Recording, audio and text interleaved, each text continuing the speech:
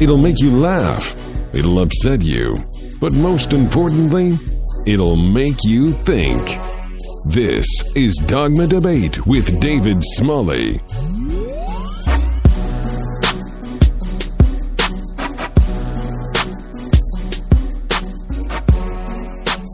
Hi, Brandy, who's not muted. Hey. Damn it, I thought she was muted. That's not very nice. It's so good to be back in the studio. Today's show, we're going to have a lot of fun, and we have a ton of stuff to get to. Yes, we are back to our roots with Republicans Say the Darndest Things. There's been so much over the last few months. We've got a lot to catch up on. So we're gonna play some audio for you there. Stephanie Gatormson's going to join us. Phil Ferguson's going to join us. We're doing Atheist Bible study. We're actually going to do something. Oops, I misspelled that. Nobody say that on air. Nobody say that. It was a typo.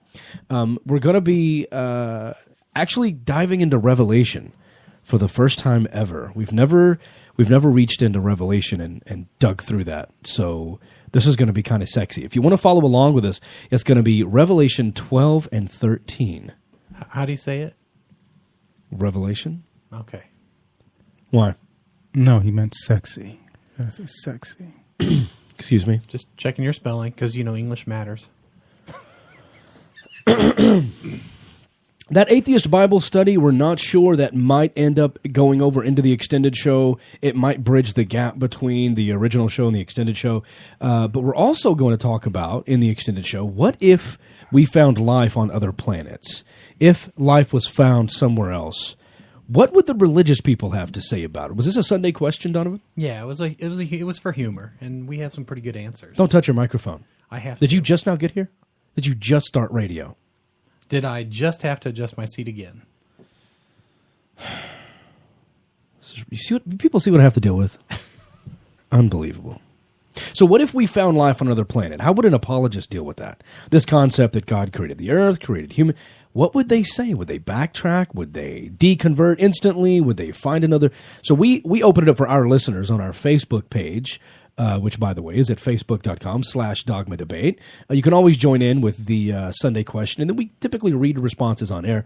We're going to talk about that. We're going to do probably a little bit of Atheist Bible study in the extended show, as well as read you a letter from a listener, which is going to be a lot of fun. I haven't heard the letter. Donovan plucked it out of the thousands we get, but you said it was back from New Year's? Yeah, but it's a good one. Okay. It'll frustrate you. Come closer. It'll frustrate you, and yet it's one of those where you go, that didn't happen. It's a good one. Cool. I love those. So that's what today is going to be about. I do have a couple of things to tell you, though. First of all, I'm so excited. We've actually hit 60% of our total members needed for today in order to get to our 2 shows per week. 60%. That's a pretty big number. So we're only 40% away to start doing 2 Dogma Debate episodes per week. So join us at login.dogmadebate.com and you'll get the entire shows with no commercials. You've heard me say it a million times, but we start doing 2 shows per week, and 10% of the money we receive from memberships will start going toward the I Am Fourth Fund. So we're so excited about that. And we've hit 44% of our premium members needed. So go and sign up for that. And this Charlie and the Tortoise thing has been so exciting for us. The cool thing about it, though, is that the books are here. And the books have been shipped to Amazon, and it officially went on sale. It's been on pre-order all this time. It actually released. It was on sale for 4 days and sold out. Wow. 4 days. That's good news and bad news. The good news is you can still place your order to get in line for when the next shipment goes out. So do that. It's in the process. It's already happening. So I would strongly recommend you go sign up now and order your book. It says out of stock. If you go to the Amazon page now, all you got to do is go to Amazon, you type in Tiny Thinkers. It says out of stock, but it'll still let you place the order. Place the order because we're backfilling all the orders that came in. So this thing's going to be hard to get, I think, for a little while. But we're going to keep pumping them out as long as Amazon keeps ordering them. Yes, and just know that we don't actually ship them to your house, so don't get frustrated with us if you haven't gotten yours yet. It's not us, it's Amazon, so you can get mad at them. Yeah, and I'm sure they care. Amazon cares, right? Absolutely not, but you can still try.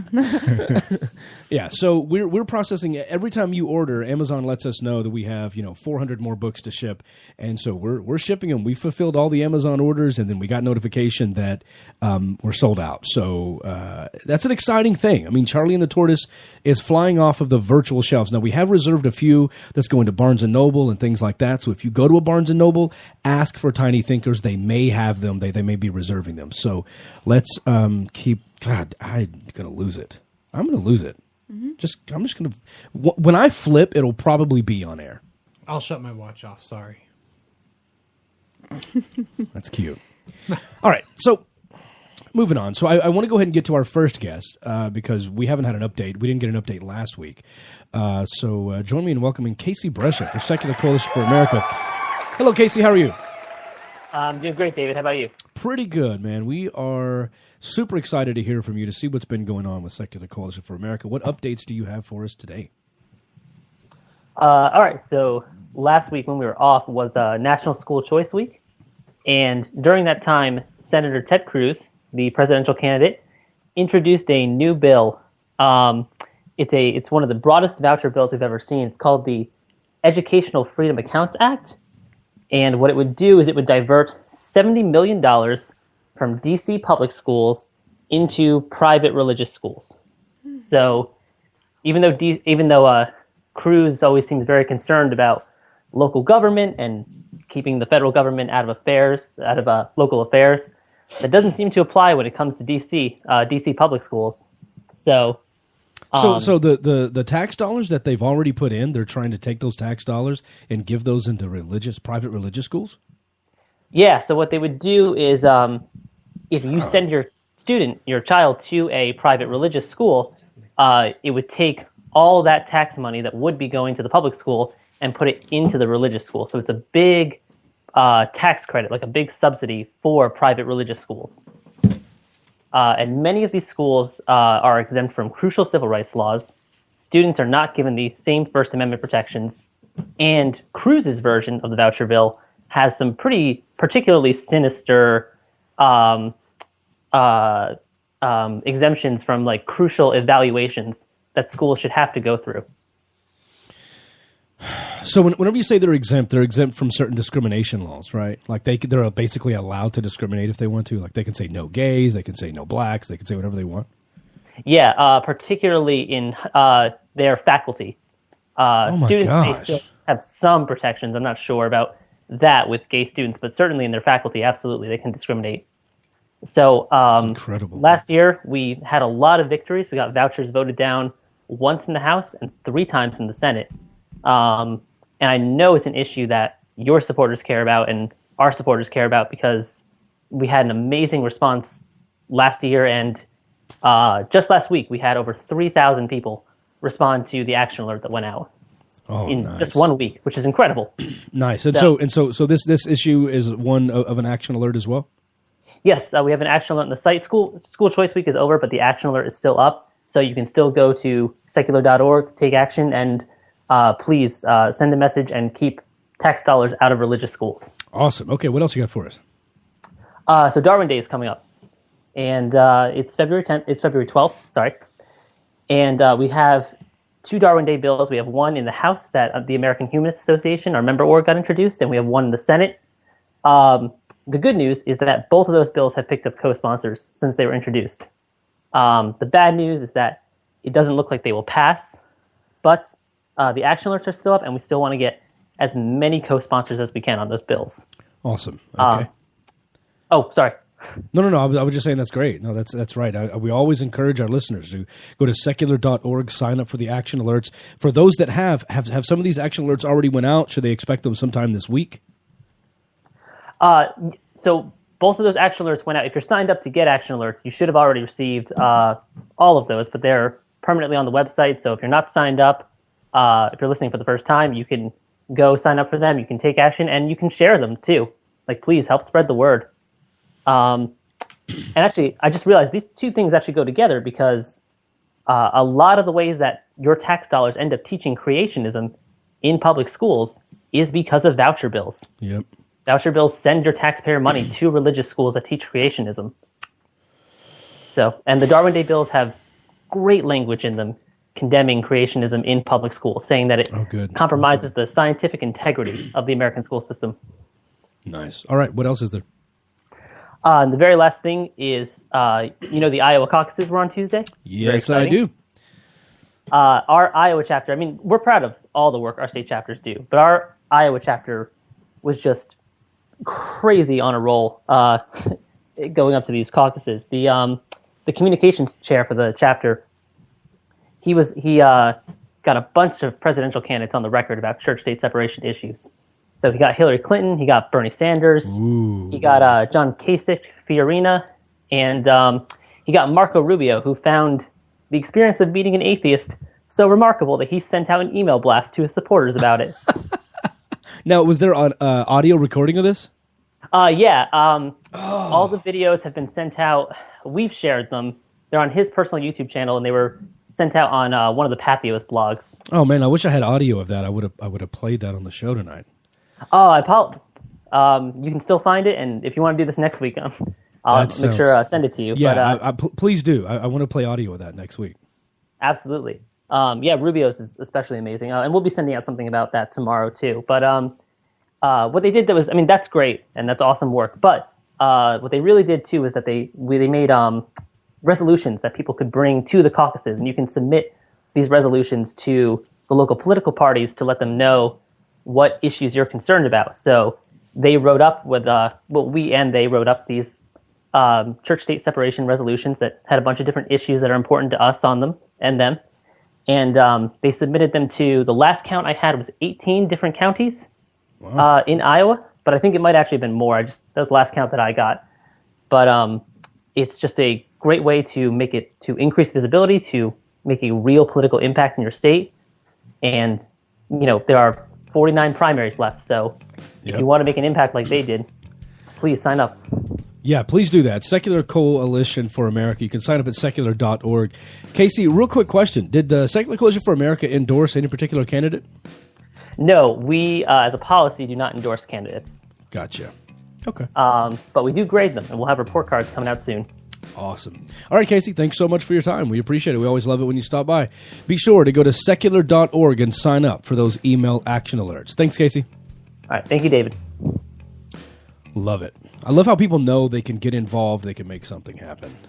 And you can do it from your phone, you can do it from your computer, you do it from your job, I think. You just click the email action alert, everything fills in for you. You only sign up once and it remembers who you are. It knows who your representatives are. It makes it super easy to send form letters to let your representatives know you are a secular person, whether you're religious or not. If you want your separation between church and state, you need to sign up for these action alerts at secular.org. Let's go ahead and jump into a segment we haven't done in a really, really long time. These Republicans. No telling what, no telling when, never a dull moment. You think you know, they surprise you again, saying what they wanna. They're gone tomorrow, right here today. Let's hear what they have to say. Republicans. Say the darndest things.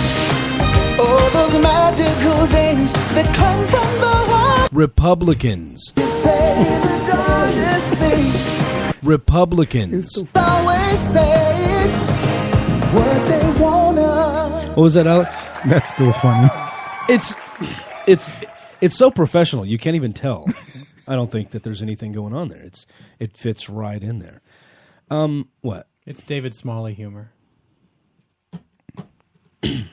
Okay, buddy. That'll be enough. So we've only got a few of them for you tonight. Alex was gracious enough to pull some of these for us. I'm always grateful. Let's start with something that happened on the Sandy Rios program, specifically with the Flint, Michigan water crisis. She had a listener call into her radio show, and things got a little interesting. Nobody deals with the debacle that's going on in Michigan. You got a Republican-led, you got Republican leadership poisoning predominantly black cities. Nobody deals with that issue. Wait, Charles, wait a second. That city is not Republican. It's Democratic leadership. What are you talking about? No, excuse me, Dennis. Sandy, you're missing the point. The buck stops at the governor's office. He is a Republican. Not only that, that's the city. The city is not run by the mayor. It's run by a city manager, which he put in there. Not only that. Whew, huge point, by the way. Very huge. People think the mayor runs the city. That's not the case. So glad he called her on that. The city council. All right. The people you know what? that were there that were voted in were Charles. fired. Charles, I think all right. This is here. You're not going to like this because I know you and I don't agree on a lot of things. But this whole issue of Michigan, that's one city. There's a lot going. I think ISIS is probably more important to be discussed right now. I think national security. I think the out of control borders. If I were to do the pecking order of importance, what's up, dude? This made me so angry. That's got to be frustrating. This made me so angry. The whole issue in Michigan, I know that... As though if there is something else more terrifying, we shouldn't talk about the other things. Yeah. The left loves to... They're now creating this... I'm sorry, I'm going to really go out on a limb here. This, Zika virus, which I haven't talked about. They love to come up with tragedies, and they love to blame. They love to scare people.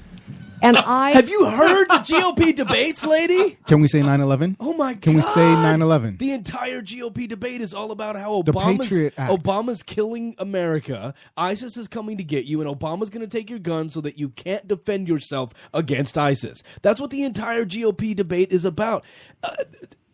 Hillary and Bernie have been debating about policy differences between themselves and where tax dollars should be spent and which part of college is going to be free. That has not been the liberal agenda. This is going to cost hundreds of millions of dollars for years. Oh, my gosh. This is not just fear-mongering. It's definitely a financial issue. It's definitely a health issue. And it's a race issue, whether people want to admit it or not. I think this issue in Michigan is a serious one, but I don't think it's the big issue that these other issues are. You think it's more important than ISIS or Here's Sandy. Who said that? We're going to always deal with that. I hope not. Sandy, we're talking about an American city. What you just said, whether you realize it or not, is you're devaluing black life. Oh, come on. I don't even know who lives there, Charles. I don't know anybody that lives there, whether they're white or black. What are you talking about? Can I finish? Sandy, can I finish? Well, yes, you can. can. Me off. I say something you don't like, and then you cut me off. Well, Can I talk? I hope you can talk. I'm listening. I'm all ears. Okay. You're devaluing black life. When you say, "Well, this is a non sequitur." Oh, God, Charles, I'm not going to let you. You're not all ears. You're all mouth. You're not even partially brain, Sandy Rios. You get away with that. I'm sorry. I am not devaluing black life. That is ridiculous. I'm not going to let you say that about me. I don't even know what the color of the people in Michigan are. Alex, please explain. Please explain why what she says is devaluing black life.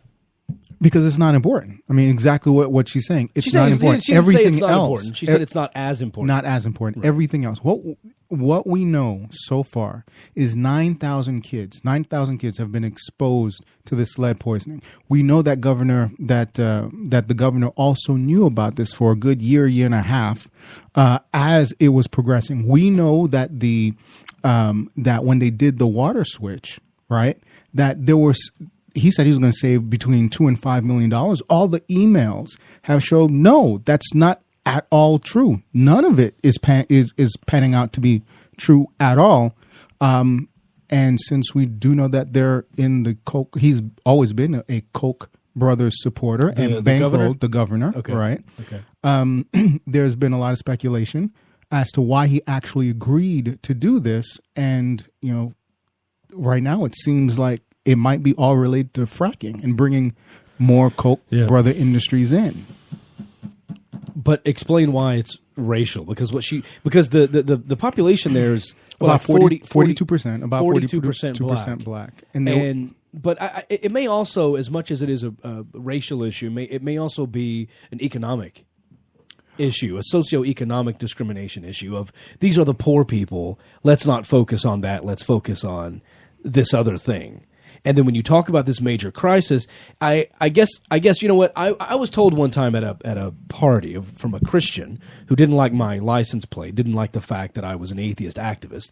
She's like, you want to be active about something? Why don't you go out there and speak out for women who make 77 cents on the dollar for men? Why don't you go out and I'm like, okay, we talk about all of those things, but if separation of church and state happens to be my thing that I'm passionate about, that doesn't mean that a man standing in line to support equality for Asians in America is any less important. That's what's important to him. This is what's important to me. And because I'm focused on this, it doesn't mean that something else is less important. So for her to say, hey, I don't want to talk about that. Don't you think ISIS is more important? So every single conversation should be about ISIS? Is that honestly what you're saying?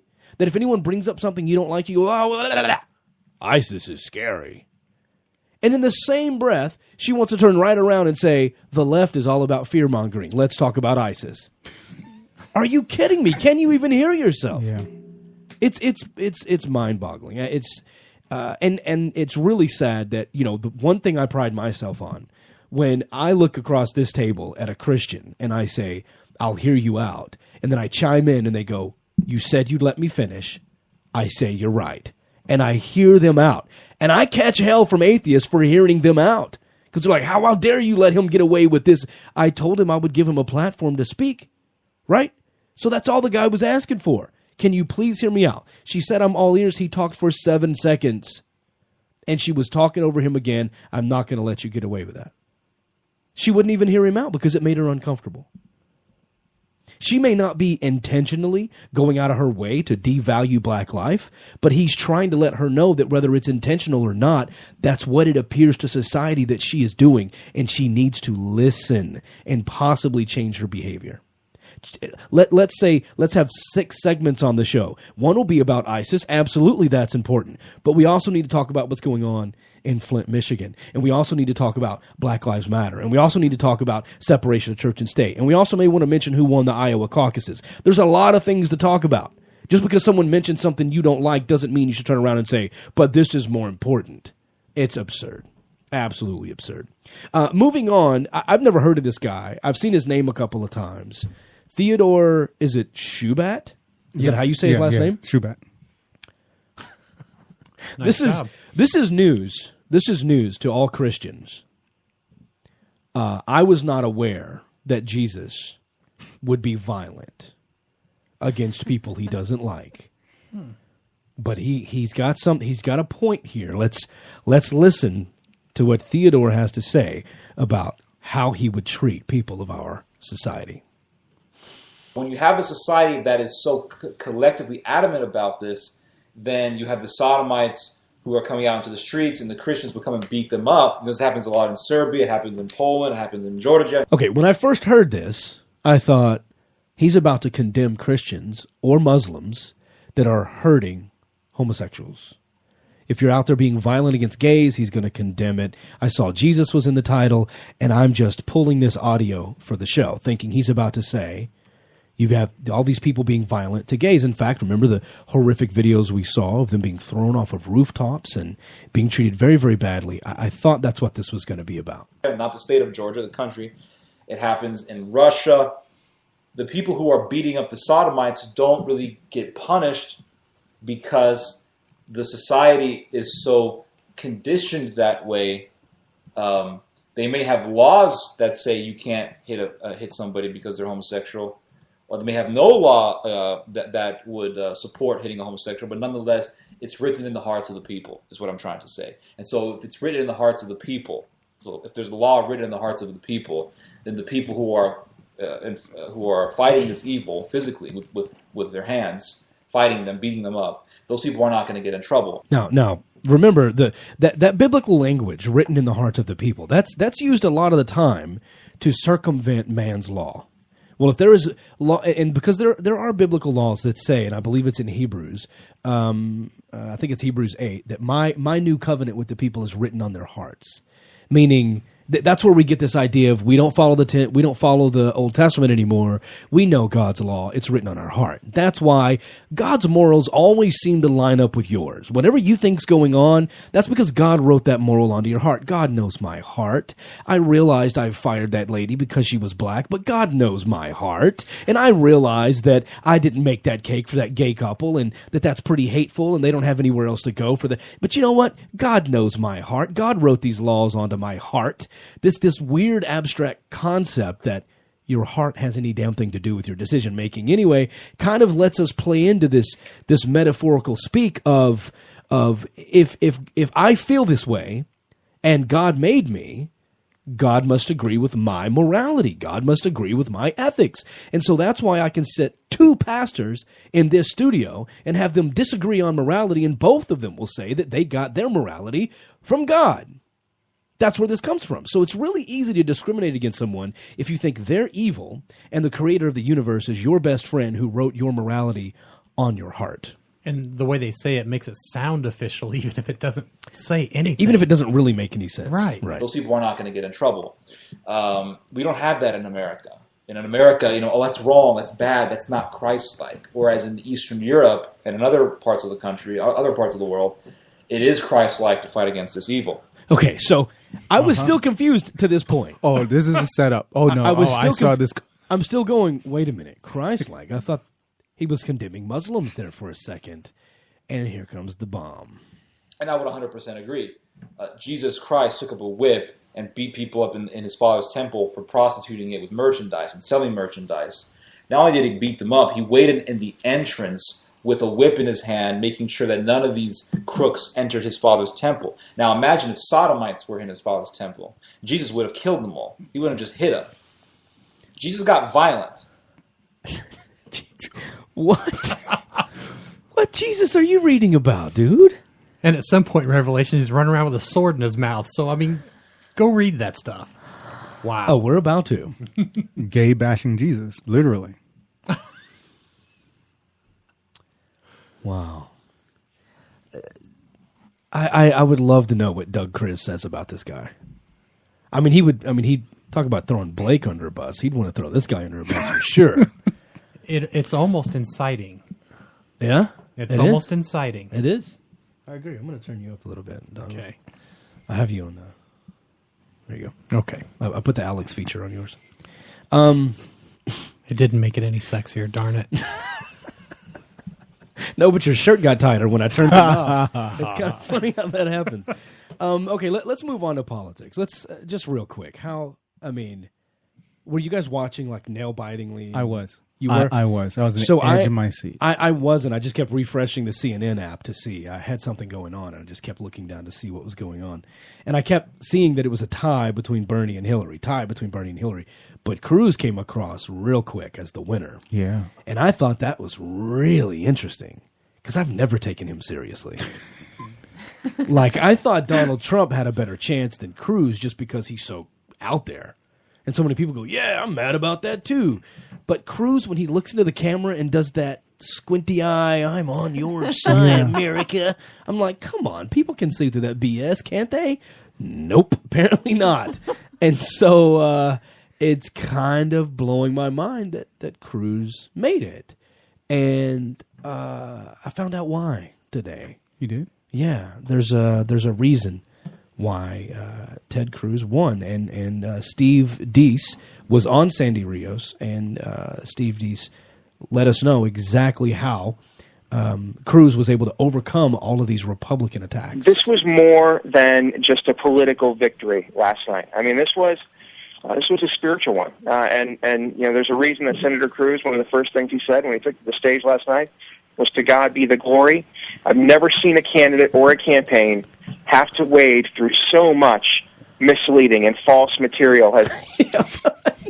I would love for a Muslim candidate to win something and walk up and say, "Praise be to Allah," and watch people just fall over, just pass out. Just how are we in 2016 and a Republican, and a politician wins and walks up and says, "Glory be to God"?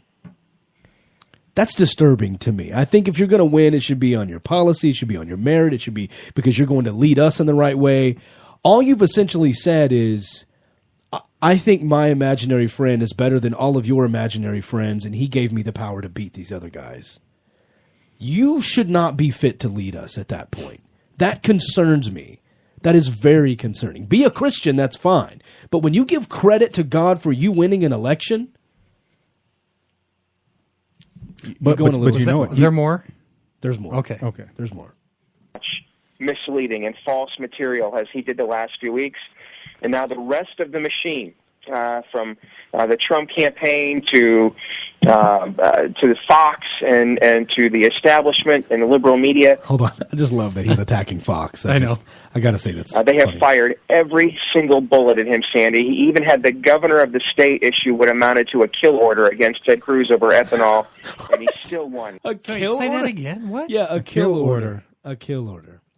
To a kill order against Ted Cruz over a bullet at him, Sandy. He even had the governor of the state issue what amounted to a kill order against Ted Cruz over ethanol, and he still won. And I think going forward, they have fired every last bullet they have at this man, and he still emerged victorious. And he comes out of Iowa with more money than the entire RNC has cash on hand. So, Katie, bar the door. You better batten down the hatches. Things are just getting started now. Okay. Yes. So that genuinely made you happy. Yeah, dude. Batten them down, baby. Katie, batten down the hatches. I love it. So he said, and Katie barred the door. False material. Is that like the material that he mailed out? Hey, now. Right. Yeah. Hey, He mentioned that early on in his rant. Okay. That apparently he's been mailing those out for a long time. They've always been used in Iowa. It's a standard template that they've always used. And he said Rubio used the exact same ones and then called Ted Cruz out for using those. And did we see I only saw a copy of Cruz's. I haven't seen a copy of Rubio's. Well, that's part of the liberal media. Okay, so, I'm sorry. Thank you for straightening it. Wait, I got one more. You got one more? Yeah, okay. And then the other one is about telling everybody that Ben's out. Yeah. And that's not what was said. And then just looking at Ben and go, I'm sorry. So what happened? So what wound up happening is during the caucuses, one of Cruz's people came out and said, "Okay, sounds like Ben is going to be withdrawing from the race," and so the votes shifted because everyone assumed that Carson was out of the race. No. And Carson came out today, and he's livid. He's like, "What? Wait, what?" He's hearing about this, which is why he didn't get many of the votes, right? Because everyone is assuming that he's out. And he goes, I'm really sorry about that. That was an accident. Yeah, oops. Wow. That was dirty. That's dirty. I mean, I just trust this guy. Dirty. More and more he talks. Carson was fourth place anyway, right? But he definitely there's no way Cruz didn't end up with the majority of Carson's votes. Yeah, exactly. He goes after that evangelical vote and Rubio turned up the evangelical stuff only in the last couple of weeks. Yeah. Oh my gosh. Well, maybe that's what it was. I started thinking, okay, maybe God is the reason that Ted Cruz won Iowa. Wait, Rubio was the one that said that one about the charity, right? Yeah. I don't like that guy. Get in line. Yeah, it's hard for me to keep up, but I know I don't like it. I know I don't like that guy. Well, you have to talk into the I did. The microphone? No, you were talking up here, sweetheart. There we go. That's in my nose. Yep. Oh, that's how you sound. There. Now say what you said again. I don't like that guy. Oh, so much. Man, that sounded good. But it's in my nose. Yeah, no, so what she's talking about is during the debate, Rubio said, you guys. It's too high up. If you were watching video right now, it's a great expression on her face. That's in my Wait, nose. hold on. What, Brandy? What were you going to say? What do you mean? You were just saying it's what? It's in my nose. What is? Oh my gosh. Really? That is not very nice. Well, just fix it right. Put it where it needs to be. Where does it need to be? Directly in front of you're getting. Directly in front of your mouth would be the best for everybody, I think. This way, when you laugh, we can hear you Anyways, snort. Rubio said this thing about charity that really ticks me off. And I can't remember exactly how he said it, but do you remember? I don't have the clip here. He essentially said that the reason America is so generous and giving is because of our Judeo-Christian values. Wow. Yeah. Yeah, it was pretty offensive, I think, to all of the secular, giving, loving people we know who are humanists. And it's like Rubio doesn't even know what humanism is, which is why I want to hear that audio that Secular Coalition for America pulled. So I'm going to pull that audio and play it next week. Don't let me forget, Donovan. And all the religious people who aren't Judeo-Christian who give away. Exactly. Yeah. Hindus, Muslims. Everybody. Giving. And we know Buddhists. a wonderful Muslim family that is just the most giving, loving people we've ever met, and they're not Christians. So, yeah, it's pretty ridiculous that he would basically give credit for our entire country being giving because of Jew. And it's funny, and I tweeted this out. It's funny, you never hear Jews say Judeo-Christian values. No. Only Christians do that when they want to pretend like Jews agree with them. Right. That's right. That's how they include them. They, They're trying to make their numbers bigger by adding more parts. Right. I can't wait till it's Judeo-Christian Muslim. Then they could just start That'd saying, actually be good. Yeah. Then they start That'd saying be okay. our Abrahamic values. Yeah. Oh, nice. Don't give me ideas. What are you doing? Killing children. Hide your penises. sons. Yes. Yeah. Hide your sons. God. It's disturbing. I'm sorry, we probably made that too long. Yeah, we're going over time now, but it's not like our guests expect any less than us from us. Okay, let's do two more. I finally realized during this next one why most people think Ted Cruz actually did win. Rafael Cruz, his daddy, who's also a pastor, let us know that Ted Cruz won Iowa by spending a lot of time on his knees. I would assume, you correct me, that you and your family, and especially Ted, have been called to run for president. How do you pray for him? Well, I'll tell you, the decision to run for president of Ted was a long decision. Ted and his wife and family, they spent 6 months in prayer, just seeking the will of God as to what to do. And that culminated one time that the whole family was together, and even his senior staff. We were attending a church service all together at First Baptist Church of Houston, where he's a member. And after church, we went up to the pastor's office. I got to say, every time he talks, I just imagine Ricky Ricardo. Like, I just cannot. That's going to get you email. That is going to get you email. I love Ricky, and I just, every time, and Lucy would make fun of him for the way he talks, it cracks me up. I'm just as bad. I thought the same thing just now. As a member. And after church, we went up to the pastor's. See, now you're all doing it. Yes, you're can't all help doing it it now. You can't help it. He's standing there. His pauses are perfect. It's black and white, and he's standing there talking to Lucy. At First Baptist Church of Houston, where he's a member. And after church, we went up to the pastor's office. We spent 2 hours on our knees seeking God's will about this decision. And it was there where Heidi said a word that, I believe it was just inspiration from God. And she said, seek God's face, not God's hand. And that was just as if there was a presence of the Holy Spirit in the room. And that, we all were at awe. And Ted, just all that it came out of his mouth, he said, here am I, Lord, use me. Here am I, Lord, I surrender to whatever your will for my life is. And it was at that time that he felt the peace about running for president of the United States. Now, I thought God wanted Herman Cain to be president. No, he wanted Huckabee to be president. No, he wanted Ben Carson to be president. No, he wanted Rand Paul to be president. Oh.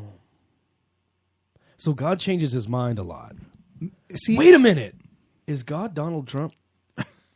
No. Or is Donald Trump God? Oh, don't go there. Dun, dun, dun. No, but seriously. Okay, so we have all of these candidates who come out and say, God told me this, God told me that. Yeah. How would you feel if someone else, if you were a true believer and someone else jumped up and said, I won and God told me, and look, I have evidence. Wouldn't you just feel horrible? That you voted against God's will? I mean, how do you justify that? And how do Republican voters differentiate? How do they know when 4 different candidates say that God told me to run? How do they know? How do they know which one to go with? Wait, how many gods are there? You know what we got to do? We got to go to God's house and see which sign is in his front yard. That's what we got to do. I think I know the real reason why Ted Cruz won Iowa. Let's put the God business to the side for a second. Here's what really happened. This is great. Conservative God did speak. Conservative God who can move voters actually did speak, and here's what he had to say. And I said, don't listen to him. Don't listen to him. Don't listen to him. Don't listen. He didn't like that. He was on the show with I know. you. You weren't playing a clip of him on another show. He was on the show. He was on the show, and I'm like, don't listen to this guy. He's completely wrong. Anyway, I'm begging you, if you have ever taken to heart what I'm saying, please do not vote for Donald Trump. Please. This is not a personal thing. I know the smears have come. I know that I'm a washed-up loser, has-been, that's losing my country and I cry, or losing my company, and I cry a lot. I got it. You can take me out of it. You can call me names all you want. Please, this guy is a very dangerous guy, and more so, I have said in the past, don't vote for Barack Obama, but we've never had anybody that we felt like this is the guy. This is the guy. Ted Cruz is the guy. I've never felt this way. I've never endorsed anybody, ever. This is the guy. I truly believe he was raised for this time. If you're in Iowa, please hear me. I think that's why. Glenn Beck made it happen. I told you, conservative God did speak. And it happened. I honestly believe that's why. Donald Trump came out and said maybe missing the debate is what cost. No, pissing off Glenn Beck is what cost you Iowa. Yeah. That guy, his followers, man.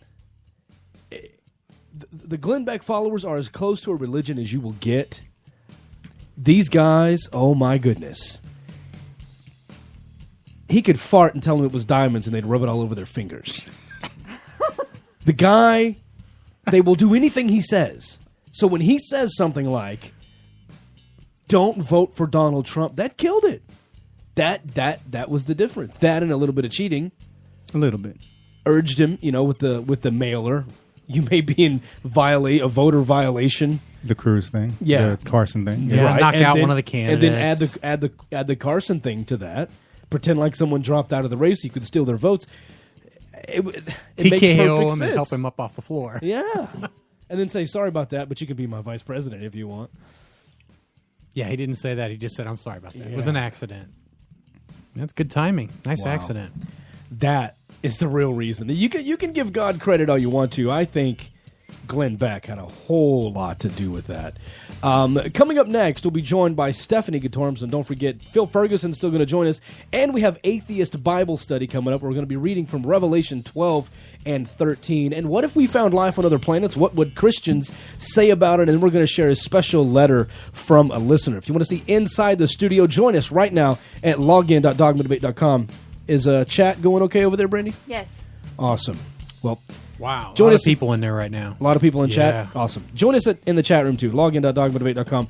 We'll be right back with Stephanie Gatormson right after this. Download Dogma Debate with no commercials by signing up at login.dogmadebate.com. Here's an excerpt from Plague World by Dana Fredstey.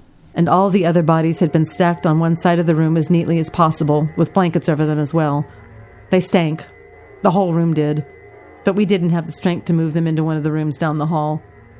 I took a sip of the soup, Campbell's chicken noodle again, which was fine by me. I need to get out of here, I said. Won't be easy, Lapel said, sitting across from me with his own mug of soup. Those things are all over the place now. Last time I checked up top, they were piled up against the doors and pouring in like army ants from all directions. What about the kitchen exit? I asked. He shook his head. I can hear them against the outer hatch. The assholes that did this got them all riled up. I could try their out Lil Chook, I thought out loud. Griff must have told them about it. I looked at Appel. What about the other back door you mentioned? The one you said that was harder to find? The one at the end of the utility corridors. Appel nodded. It's a bit tricky getting there, and you'll likely come up in the middle of a bunch of zombies. The entire park is thick with them. That's a chance I'll have to take, I said, wondering if I had a hope in hell of making it on my own, and then dismissing the thought as unimportant. I had to try. I need you to help me, so show me how to get out of here. Can you draw me a map? Appel shook his head. It won't work. You'll be ripped to pieces. Damn it! I slammed my fist on the table. Appel flinched, but Amy just stared into her soup. I don't have a choice. If I don't get my people back, this shit's going to keep spreading until there's nothing left. Grow your library and your vocabulary without ever looking up from your precious little smartphone. Visit atheistaudiobooks.com and start listening in minutes. According to the Oxford University Press's World Christian Encyclopedia, 84% of the world's population belongs to some form of organized religion and believes in some form of God, which at the end of this year is about 5.9 billion people. Christians have about 2 billion of those 5.9 billion. About half of those are Catholics. Muslims come in at just a tad over 1 billion. Hindus at around 850 million. Buddhists at almost 400 million. And then several hundred million other ethno-religionists, animists, and other God believers around the world.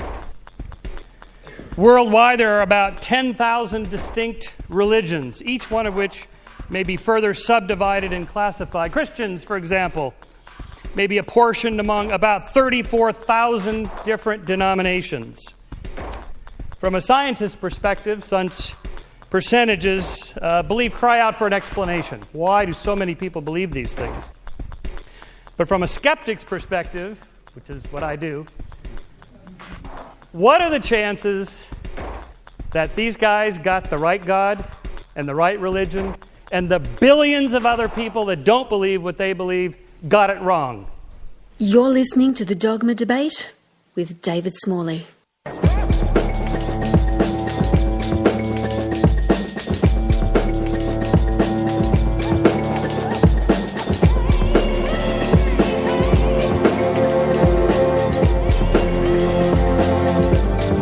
You can live tweet during the show to get your comment or question on air at David C. Smalley. It's always good to mention Dogma Debate as well. But I'll be reading your comments or questions on air at David C. Smalley. Todd Mills just tweeted, he said, I wonder if Iowa voters do like I do. I'm still registered Republican, so I vote for the big loser in the primary. I mean, that's a strategic thing. And you know, in a lot of districts, including in our district here in Texas, you don't have to be a registered Republican to vote in the primaries. So you can go join this whole caucus thing and intentionally skew the numbers. And I don't know if is that ethical? I mean, I don't know if we should do that or not. I wouldn't encourage anyone to do that. Well, yeah. All right, all you people who want to be secular, this is who we're voting for in the caucus. Well, I mean, if I were to actually vote for the person, I would end up voting for the Republican who is the most liberal, right? I would go for my least evil, as though there was no such thing as a Hillary or Bernie. And if I had to pick, I would pick someone that seemed to make the most sense out of all the idiots. You know what I mean? And I would have picked someone like Rand Paul or, you know, someone who's kind of going, guys, anytime the Republicans start being ridiculous and Rand Paul goes, you're all a bunch of idiots. That's not how it works. I kind of laugh and go, you know, that's decent. I don't want him to be president. But more than likely, that's what I would vote for anyway. Yeah, you know like Kasich saying, really, you're going to put up a wall? Let's stop talking like that. Right. You know? Right. It's like, I laughed at that. I was like, man, he's actually funny. Yeah, exactly. Still don't like some of his other policies. I think Rand Paul and Kasich seem to be, I guess, the most experienced.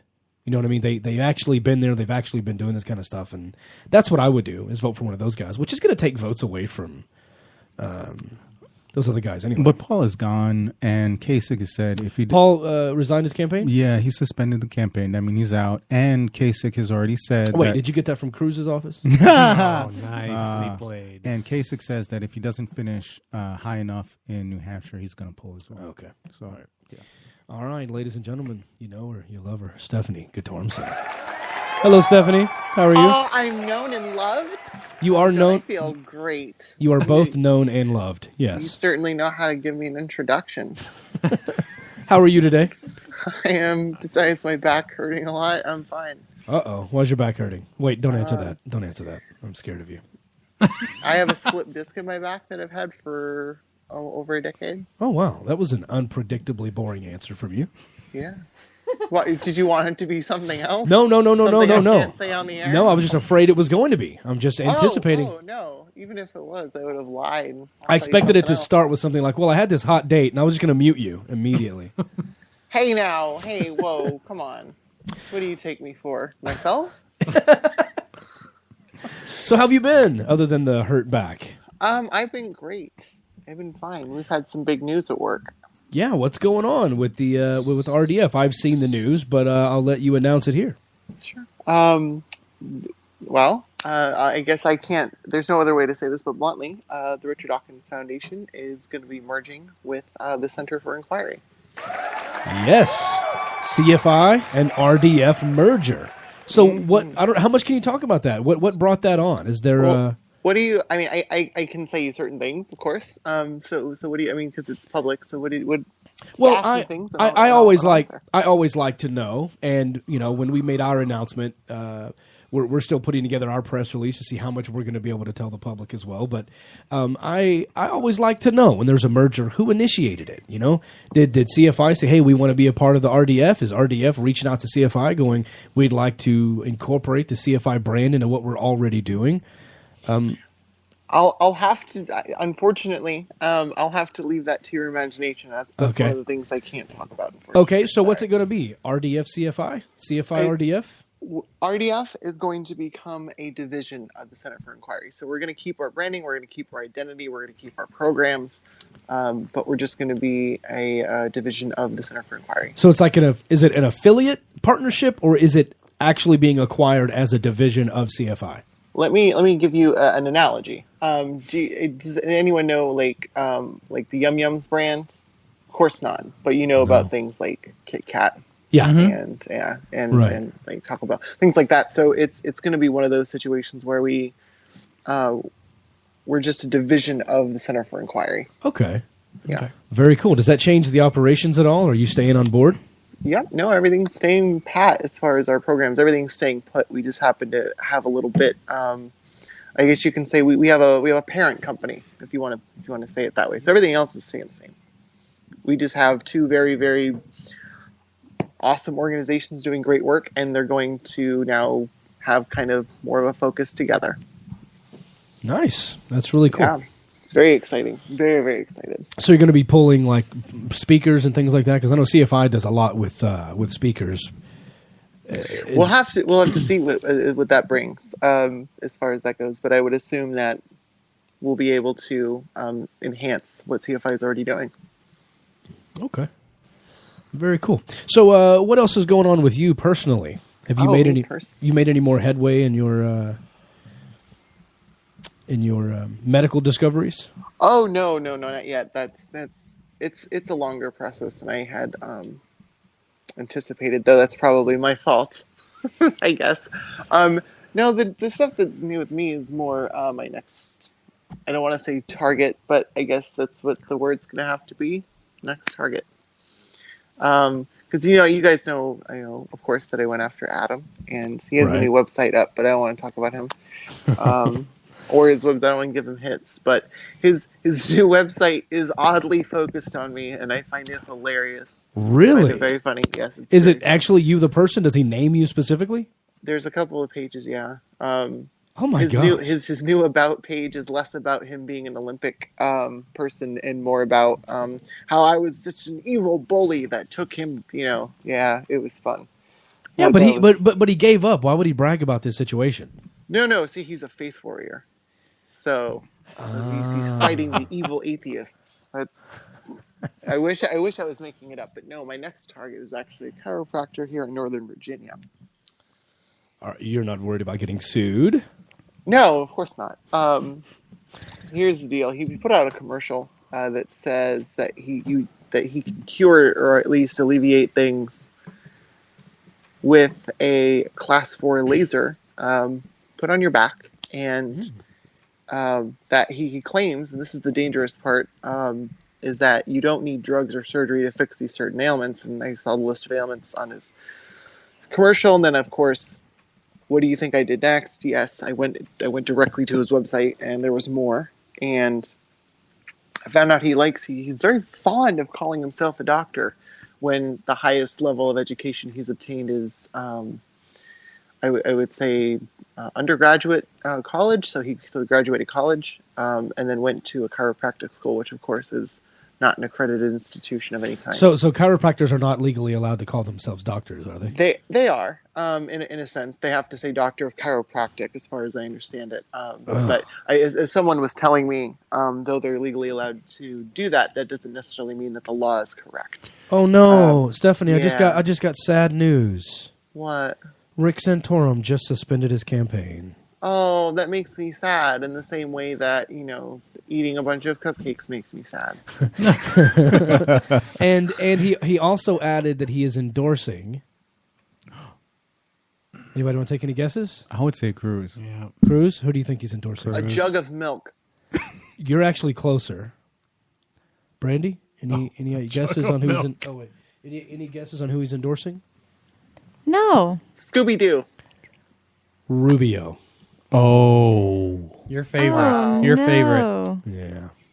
Wow. So Stephanie, when you saw that website and all the things they could fix with that laser, were you going to go have your disc adjusted with that laser? See, that's the thing. This one hits a little closer to home than Yeah, I bet. It's a little more personal because I actually have actual back problems for which I've seen actual doctors for and had. There's these new things that chiropractors are apparently unaware of. They're called magnetic resonance imagers, or MRIs. And, I don't know if they know because, they barely learn anatomy. So, Ouch. Yeah. I sent an email to him, too, in which I said, I actually said this in the email. I said, I want to see how seriously you take masquerading as a medical professional. So, yeah, they don't necessarily. Did you get a response? Oh, of course I did. And his response was ham-handed at best. He doesn't know how to capitalize letters. Again, that's what happens when you don't get a proper education. English goes by the wayside. Well, you don't capitalize medical treatments. I mean, unless you're very, very wrong about things. It's kind of like how when people capitalize certain religious things, like they'll say priest, but they'll capitalize it because it's so important to be a peddler of nonsense. Stephanie comes out of the corner with the ad hominem attacks right in round one. Well, hey, whoa.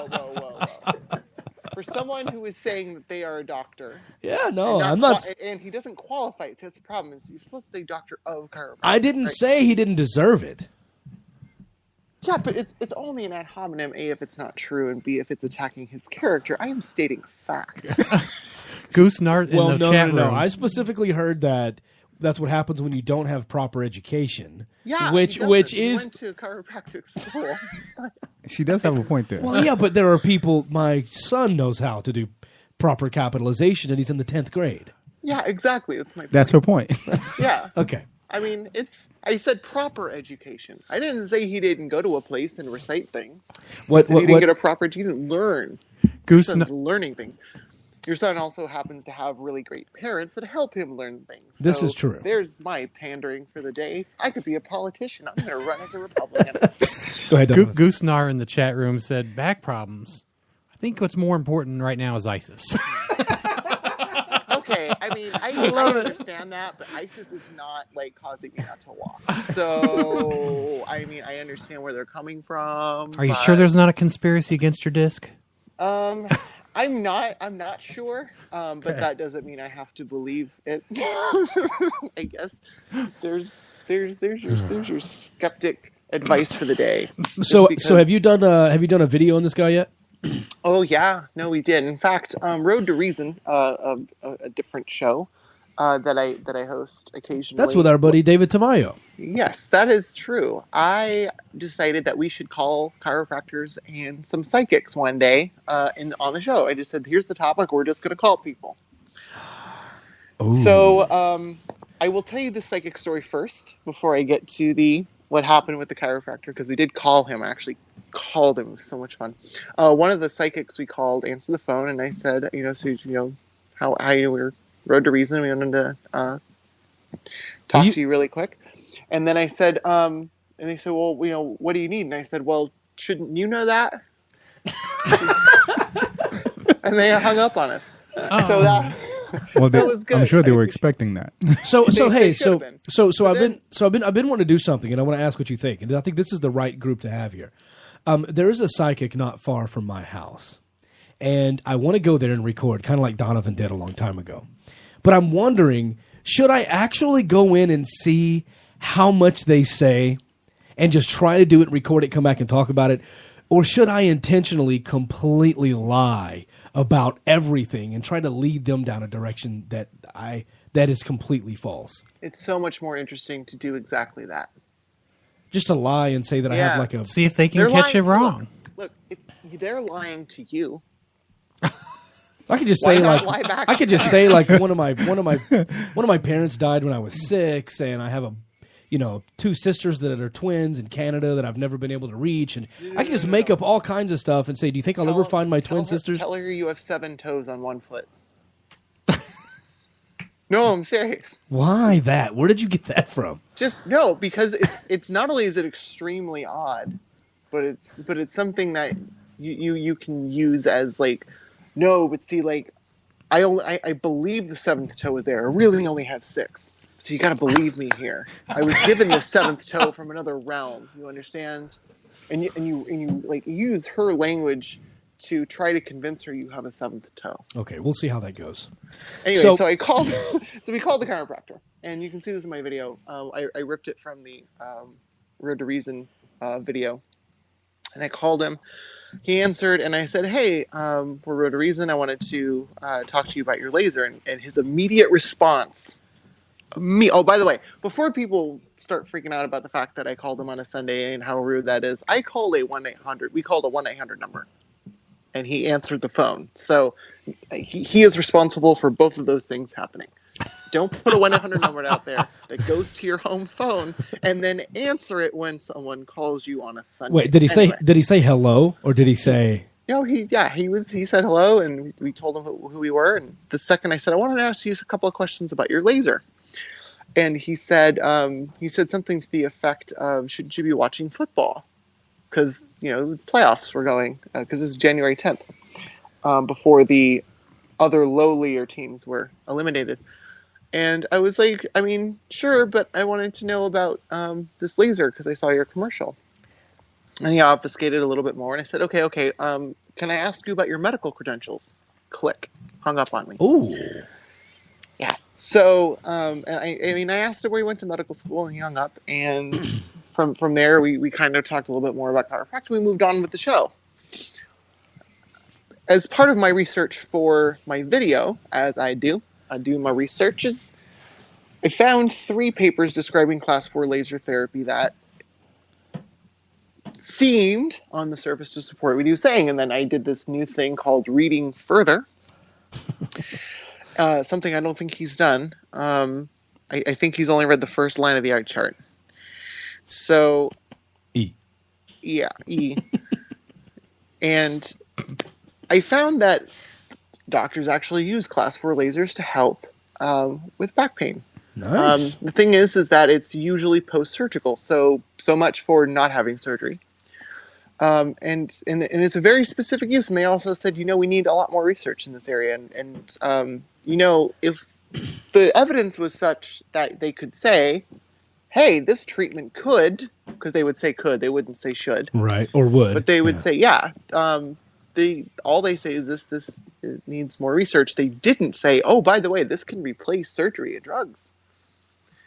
So I found that odd that was omitted, and also that they were extremely specific as to what things it could treat. Now, certainly some of the things that Mr. White, I refuse to call him a doctor, lists are also in those papers. I'm not going to lie about what it does. That would be doing what he does. There's some slight tiny bit of efficacy. The problem is the people who are claiming the efficacy of these things are actual doctors doing actual science and publishing these results.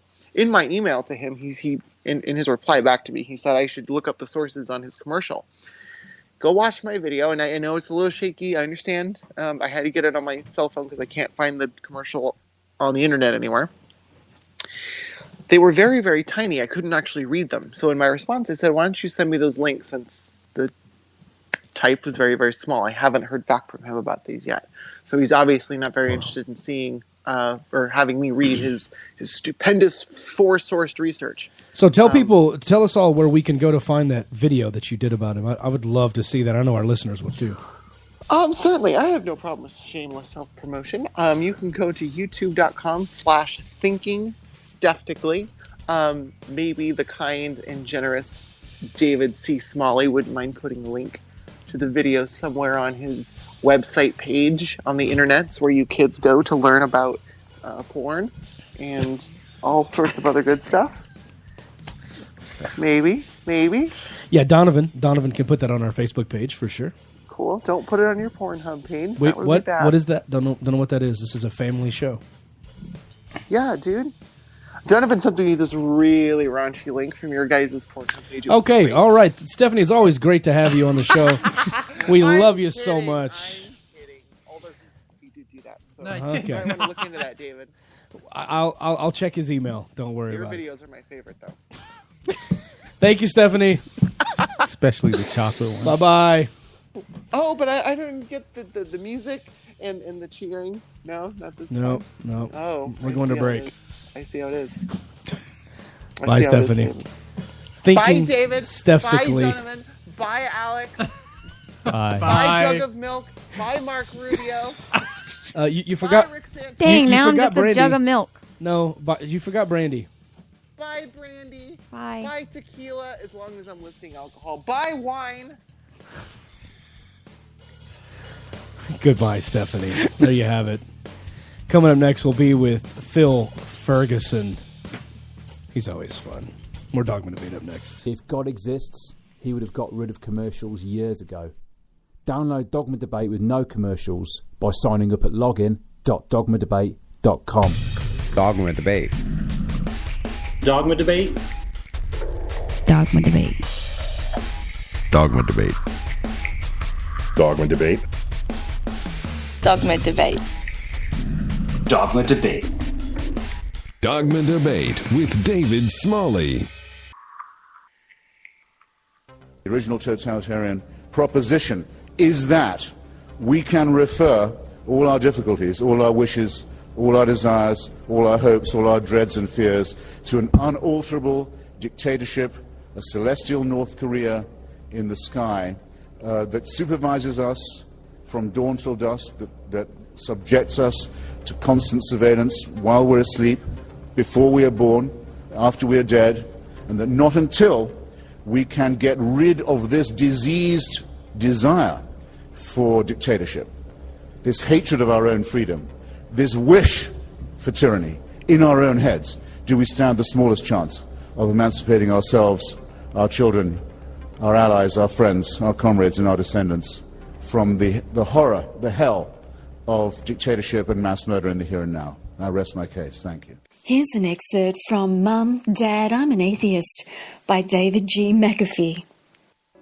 It is the same highly regarded concept of an afterlife that allows misguided religious people to justify the mistreatment of those who disagree with their religious ideologies. They are simply trying to protect you from eternal damnation in the afterlife by condemning you, insulting you, and even disowning you in this life. It is not to say that becoming open about your disbelief is always going to be met with these negative reactions, and, in fact, that is precisely what this work is hoping to prevent. But it is important to understand that if you experience negative reactions from religious kin, it is probably a result from the religion's teachings, and likely not from any personal vendetta or hatred. Find this audiobook and many more at atheistaudiobooks.com. The facts you won't hear in church.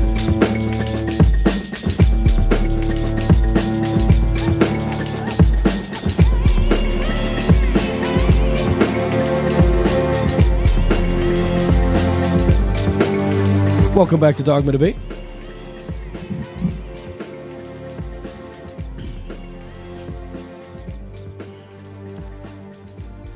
I want to give a special thank you to some premium members who have recently signed up with us.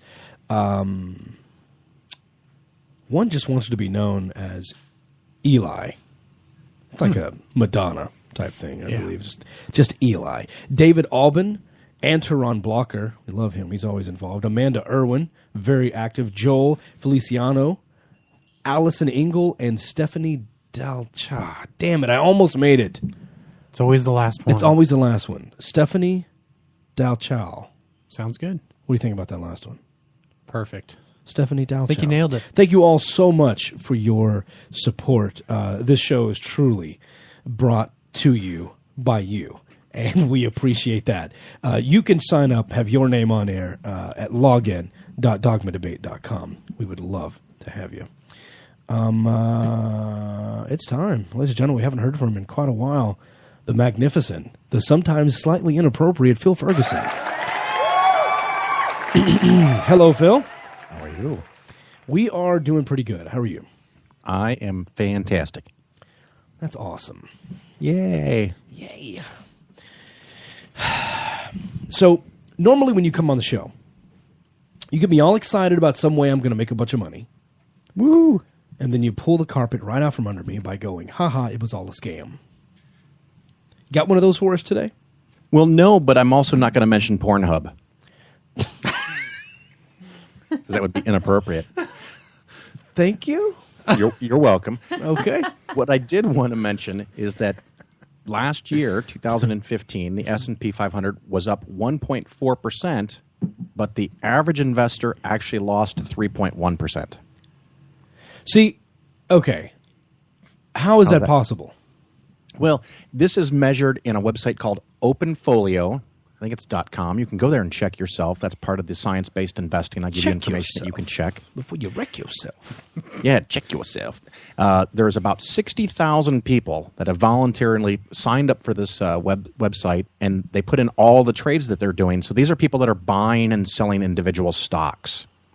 And when you buy and sell individual stocks, there's expenses. You've got to be right when you buy it. You've got to be right when you sell it. And what tends to happen, just like most people think they're better than average drivers, most people, especially men, think they're better than average investors. Nice. And they underperform the market over and over and over. And before you think it's just average people, just people going out here, I also looked up 3 different big magazines, Kiplinger's, Money Magazine, and Forbes. And at the very beginning of the year, they recommended the best mutual funds you should buy. And their performance, Kiplinger's minus 2.64, Money Magazine minus 3.84, and Forbes minus 4.27. So they're anywhere from 3 to 5% or more below the market if you had just had the index fund. So what I tell people all the time, check your portfolio. If you made less than 1.4%, which is probably about 90% of you, because 75% of large cap funds underperformed the market this year, and 86% underperformed the market last year. Take a look at it and see why you're underperforming.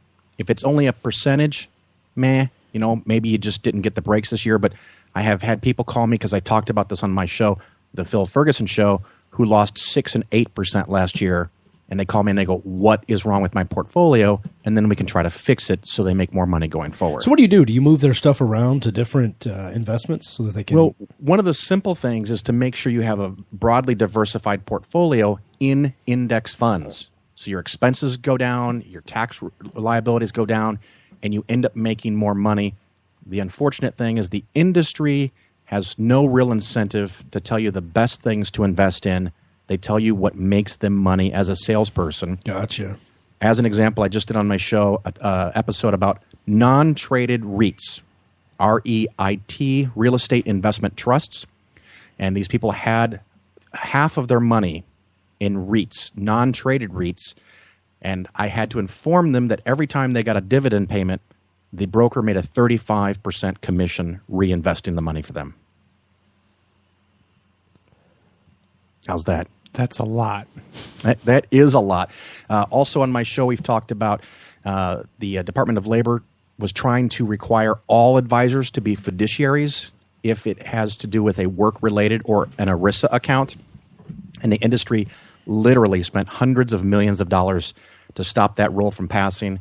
We also talk about target date funds. and some of the people I've had on from the movement. We had Rebecca Vitzman. She had the problems with the tornado a year ago. Yep. Liz Liddell, who is the brand new executive director for the Reason Rally, which, by the way, I'm the treasurer and on the board of. Hey. Nice. We had Ed Brayton from Dispatches of the Culture Wars. Dan Errol talking about his book, Parenting Without God. Bryce Blankenagel, you know Bryce? Hey, Bryce hosted an episode of Dogma Debate. Yep, he explained all about Mormonism, and it was scary as, you know what? Gail Jordan, who is the new executive director from Recovering from Religion, her first interview, so we got the scoop there. Leanne Lord, a professional stand-up comedian. And next week is Dan Finca, who is the author of the blog Camels with Hammers, and he explains religion to us. Hey, Leanne Lord. Yeah. Where do I know her from? She's been at several conventions. She does comedy stuff, after party, after show stuff like Steve Hill does. Very funny. Matter of fact, her website is Very Funny Lady. Is she redhead? No, she's. No. Is she the one that did a show with Neil deGrasse Tyson? She does do. I know that dirty book with Neil deGrasse Tyson. Yes. So that was kind of a coup for me. She's the author of Dick Jokes. Dick Jokes. That's right. It's DICT. Dict. As in dictionary. Right. Dick Jokes. I just wish we could have got her thing clean. Yeah, no, Brandy bought that book and had her sign it at Apostacon, I think it was. Very cool. So if you have any interest in finance or investments and ripoffs or atheism, I kind of tell people my show is 1/3 finance, 2/3 atheism, shaken, not stirred. And you get kind of inappropriate on your show too. I get kinda, yeah, kinda. Matter of fact, I once told no, I can't tell you, but I told my son what I was going to tell someone who had this investment proposal from another advisor. I told my son what I was going to say, and my son was so stunned at the language I used, he begged to be in the room when I said this. And this was someone that hadn't hired me yet. And did you get the job?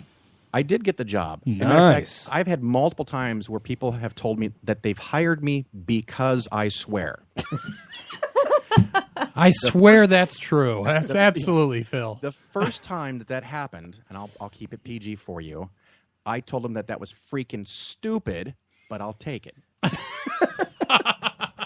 And their response was, "That's exactly what I expect. You say what you think. You're not filtering it, except for when I'm on Dogma Debate." The other thing, the Reason Rally, like I said, I'm on the board. I'm the treasurer. My job is to make sure that, unlike other organizations in our movement, the money doesn't disappear and go to the wrong place. I am the watchdog. I am the person that double checks every bill that's paid and checks the credit cards and all that stuff. It's good work, but it's for a good reason. And I can't tell you the details because it's not public yet, but we just got permission from an A-list person. I can't give you more than that is going to be at the Reason Rally. And I'm so excited. I'm going to pop, and you'll see this in a couple of days. You can go to the website, which looks horrible right now, but any day now. He knows how to sell it. Huh? I said he knows how to sell it. Yeah, any day now. The new website, reasonrally.org. Keep checking there. If you have not booked your hotel room, you're going to want to. You're going to want to get your hotel room before this person is announced. It's going to be one of those things. It's going to be one of those things. I was trying desperately to see if this just happened within the last hour. If it's because I'm on the board, I have this information. I have not been authorized to share it with you. Okay. I tried to get an approval. People that are confirmed and they're on the website so I can say them, Cybabe, Cara Santa Maria, James Randi, Eugenie Scott, Paul Provenza, Richard Dawkins, and Lawrence Krauss are all confirmed and publicly announced. So can I just say names and you can just make noises? That wouldn't be you. It wouldn't be you saying anything. No, I don't want to lose my job. It's very cool to be on the board of the Reason Rally, I must say. But maybe next week, or maybe you can get Liz to come on next week because she's the executive director. Yeah, and she'll announce, because I've got my fingers crossed that within the next week there will be multiple names announced, and when you see the list of who's announced, you will know instantly who I'm referring to. and it's better than a jug of milk, I'll tell you that. Damn you, Phil, and your suspense. Yeah, I was afraid I'd have to follow Ricky Ricardo, but luckily I didn't have to do that. No, you didn't. Yeah, so those are some of the things going on in the world. Also, in early March, I am going to be in Nashville for a brand new convention. If you're anywhere in the southeast United States, go to Nashville early March. The first weekend in April is Logicon in Fayetteville, Arkansas, as I like to call it. I'll be giving a talk there as well.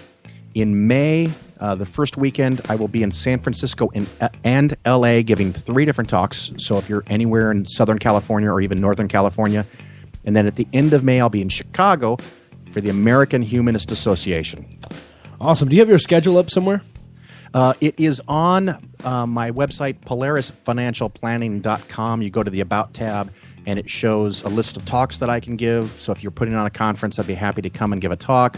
And it has a list of everywhere I've been over like the last decade and where I'm going this next year. Awesome. Phil, it's always a pleasure when you stop by. Yeah. We appreciate it. Hey, you guys have a fun night. All right, we'll talk to you later. Ciao. Ladies and gentlemen, Phil Ferguson from Polaris Financial Planning and the Phil Ferguson Show right here on Secular Media Network. That's always fun. Y'all want to read the Bible? Bum, bum, bum. Y'all want to read some Bible? I want to get closer. Do you have the Bible in front of you? We don't even have to take a break. I say we just do it.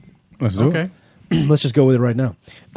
Be sure it's a New English or NIV? NIV or the English. You can even do New World, although. And while you guys are getting your Bibles ready for some atheist Bible study, I do have to tell you, I think I've only told you to go listen to this show maybe 2 or 3 times. The show I'm about to tell you, also on Secular Media Network, but this one is huge. It's all about abortion. These 2 very, very brave women who desperately want to normalize talk about abortion and stop shaming women for this type of thing. 2 people who are open about their abortions. And they talk exclusively with Daryl Ray on secular sexuality. The episode is number 63. So go check that out. He's on iTunes. He's everywhere Dogma Debate is. He's on Stitcher. He's on Spreaker.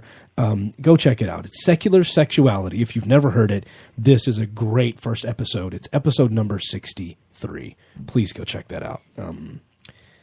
It's big. We had planned to do something similar, but I wanted a woman who was for abortion rights and a woman who is against abortion rights, both atheists, on the show, and we're still in the process of planning that. That's going to be a big one. But this is a great angle as well to take. 2 women who are open about it and want to stop the shaming. So go check out Secular Sexuality, episode number 63. Okay, so we're going to read Revelation 12 through 13. Now, this is mostly for our Christian listeners to really stop and think about how much you actually believe about the Bible being God's Word. These are probably verses your pastor won't share with you too often. And for good reason. For good reason. Donovan, I'm going to have you start because you're obviously the best reader in here. Everybody just laughed. And I know you have to move around a lot when you read, so I'm going to turn your mic up a little. All right. Because I wanted to capture this moment. Feel free to pause when you need to pause, but please go ahead. If you want to follow along, it's going to be Revelation 12 is where we're beginning. For those flipping through your Bibles frantically trying to find it, it's the last book. Start from the back. That was for the Christians. It's the one at the end. Because they need the help. Yeah, it's the one at the end, guys. I know you don't read it very often. It's the one they avoid reading the most. I kid because I love you. And there appeared a great wonder in heaven, a woman clothed with the sun. I would say clothed. Yeah. See, I'm a great reader. You're the best. You're the best. A woman reader clothed. I don't care about your English lesson, okay? I came here to learn about something. We understand, buddy. Because we love you. Clothed with the sun and the moon under her feet, and upon her head a crown of 12 stars. And she, being with child, cried. Okay, so far, it's a crown of 12 stars. I don't think that's too far-fetched. We could see someone with a crown. Got it. Go Pregnant, ahead. right? Yeah, Pregnant. sure. And being with child, cried, traveling in birth, and pain to be delivered. And there appeared another wonder in heaven, and behold, a great red dragon, having 7 heads and 10 horns and 7 crowns upon its head. So does that mean there was like some of the dragon? Wait, stop. Wait. So I need a picture because there's more horns than heads. So I'm trying to figure out. Can you read it again? Well, yeah, normally there's 2 horns on each head, right? You're going to have 2 horns coming out of a head. Now this came from heaven. It came down from heaven? Well, it said. Okay, well. And there appeared another wonder in heaven. Doesn't that mean it's from heaven? Or just from the sky? Yeah, from the heavens. That's where the rain comes from. It's from the heavens as well. Well, it said another wonder in heaven. So it must have came from there. Okay. I'm with you. And read the part again. I want to count heads and horns again. Let's do that again. And behold, a great red dragon, having 7 heads and 10 horns, and 7 crowns upon his heads. 7 heads and 10 horns. Right. That means 2 of the heads have 2 horns. All the other heads have 1 horn. Or 1 head has 4. We should do a math problem. It'd be like, okay, kids, if we have 7 heads and 10 horns, how many them all. How many combinations are there? One head could have them all. Some of those heads were hornier than the other heads, obviously. No, there's 3 with 2 horns. What? 3 with 2 horns? Yeah. Are you sure? See, that was a moment. That was so weird. Yeah. What? And it was almost funny. No, and she ruined it. Yeah. How'd I ruin it? You want? Let's. She wasn't here for that discussion. Did you hear what Donovan said? Do over. No. Okay, Donovan. Obviously, some of those heads were hornier than others. Oh my gosh. You keep asking him to come back. This is your fault. You were all thinking it. Go ahead.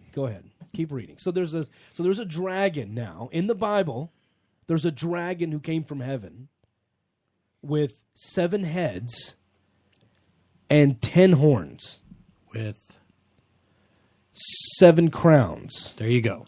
But I'm not done describing him. Okay. And his tail drew the 3rd part of the stars of heaven, and did cast them to the earth. I don't understand. He farted out the stars. So it's almost like the unicorn with the rainbows, but okay. And that's what it sounds like to me. Am I the only one who's 15 in this room? That's what it sounds like to me. Depending on how big the fart was, the star was. Right. Yeah. There's the sun. No, it's bigger than that. Oh, wait. There's Pluto. But it doesn't count anyway. Hold on. He ate it on the border. Here comes Jupiter. So he shorted out your anus. This is how you want to end. Wow. We're all 11. Please stay tuned for the extended show. What are we, 4 verses into this? I was trying not to. I really wanted. You don't try hard enough. Liar. This is so stupid. Like there would be 6-year-olds laughing at this conversation. That's how dumb it is. That's okay. The chat room says Alex wins. Okay. Yeah, I know he's funny. Okay. Looking. Come on. We have a lot of heads, a lot of horns. And the dragon stood before the woman, which was ready to be delivered. Sorry. Oh. The woman was ready to be delivered. Sorry. I was reading ahead. I've read the story, so I was thinking ahead. For to devour her child as soon as it was born. So the dragon came from heaven to eat this woman's kid. Wow. What? I can't believe this is a real thing in this book. It's right? totally real. I had to read it 3 times. And hey, it's God's word. You accept it. And you know, I have to say, and I hope she's listening. We've complained forever about our laptop back here that we do video, that Brandy does video on, been falling apart. The top was loose and coming apart. We finally went and got one yesterday at Best Buy. The lady who checked me out in the back was asking me about what kind of show we do, because I mentioned I just need a good processor for video. And she asked me what kind of show we do, and I tell her, and she's like, but it's respectful, right? And I'm like, as respectful as we possibly can be in certain times. But yes, that's kind of what we pride ourselves on. And then I started mentioning, some of the crazy things in the Bible, and I mentioned like a dragon, and I mentioned a talking donkey, and she says, I was asking someone in my family about that the other day, and I believe she said it was her dad. She said, my dad said that they didn't really have anything to compare it to. Like, in other words, if they would have just seen a regular, like a Komodo dragon, something that we know exists, that's like a lizard, they may look at that and call that a dragon when all they've seen before is little lizards, right? And they see this and go, this is a monster, right? And so she tried to say, like, well, it could be some of those things. And I'm like, yeah, but we know donkeys don't have conversations with human beings. And she's like, yeah, I have trouble with some of that stuff too. So I hope she's listening to this segment in particular. Well, it was still a flying dragon. So what do you... Wait, I didn't read wings. Yeah, it wasn't... Oh, it came down from heaven. That doesn't mean it had wings. It came down... Jesus doesn't have It them. doesn't need wings to fly. You're right. You didn't say anything about wings, but it flew down. No. You said it came. You said it came into heaven. It came down from heaven. Hey, I just want to say, you two are grown ass men. Another wonder in heaven. Can we just take notice of that for a second? It was a string puppet. We were seriously having this argument. Yes, we were arguing over if the dragon flew from heaven or slid down some kind of magical heavenly pole. No, it was a string puppet. Oh, it was dropped down from heaven. Flash was still a better hero than Aquaman. That's all there is to it. Of course. That's exactly what we're doing. All right, keep going. Keep going. Yeah, we're good. Keep going. We've technically reached our 90 minutes, but I want people to hear the rest of this. And she brought forth a man-child who was to rule all nations with a rod of iron. I just think Step Brothers. Like, walking around in his underwear and his Chewbacca mask. Like he wants to grow. Remember he's trying to do his taxes and he's in his Chewbacca mask. Walking around with a plastic lightsaber. Yes. This is the rod of iron, right? This is working here. Maybe this is where, some of Lucas got some of his ideas. Okay, come on. And her child was caught up unto God and to his throne. I just don't get it. So he's supposed to rule all the nations. Okay. And the woman fled into the wilderness, where she hath a place prepared of God, that they should feed her there 1,260 days. So I had to look up what 60 was. Okay. And what I found out is score equals 20, so that's supposed to be 60. However, supposedly there was a piece of parchment, number 116, I'm not a scholar, and it said that was actually mistranslated and is actually the number 1, a 1 digit. So the 666 that everybody's afraid of is actually, according to this one little fragment of a piece of parchment, had 616.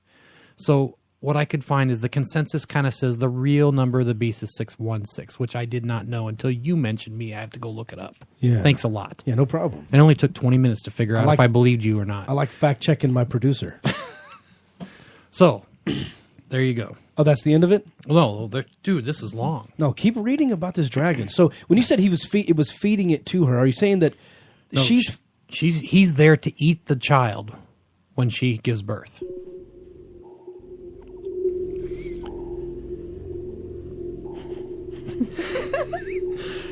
And there was a war in heaven. Michael and his angels fought against the dragon, and the dragon fought and his angels. What? Exactly. So the dragon has angels too? Yes. That's what it sounded like. Yes, the dragon has angels. Oh, do you have this picture at home? You're now a Bible translator? Hold on. Hold on. Paint the picture for me. Okay. There's Michael and his angels fought the dragon. So Michael and his angels show up. Yep. On one side. To fight this dragon. And on the other side, there's a dragon. And the dragon fought and his angels. Okay. So Michael's on the left, and the dragon's on the right, and they're going at it, right? And are they fighting in heaven? Dude, you need to be on video right now. I kind of want the dragon to win. It's kind of a hoedown. No remixing this. Come on. Tell us about the battle. Prevailed not, neither was their place found any more in heaven. So who won? God won. And the great dragon, here we go, was cast out, that old serpent called the devil and Satan, which deceiveth the world, the whole world. He was cast out into earth, and his angels were cast out with him. So you were right. He did have his own angels. He did have his own angels. So this whole time, this dragon's been Satan. Michael won. For the cowboy. You know why? Why? Because real men love Jesus. Oh, you heard this recently? Have I ever shared this with you? Have I explained this to you? This is why the dragon couldn't keep up. Is there more? Oh, God, not this again. See, Michael knew what was up. You come... I think he had this playing in his iPod while he was fighting that dragon. So we now know what Satan looks like, right? Satan can take any form. Well, obviously he took the form of a 7-headed, 10-horned, 7-crowned dragon. So that's what Satan looks like now? No. I don't know of a picture that looks like that. Looks like Justin Bieber.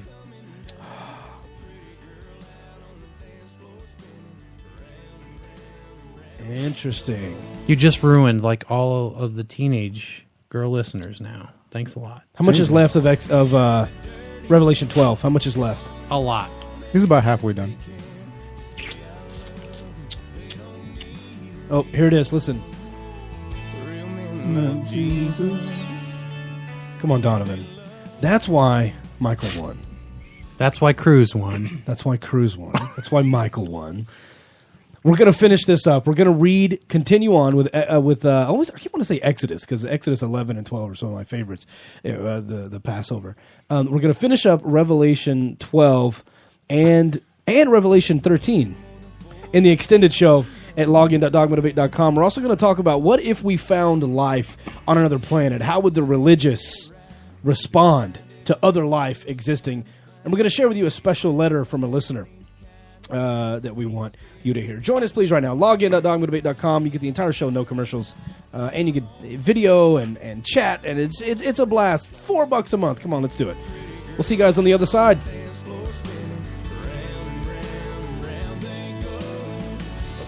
By the way, this song is your punishment.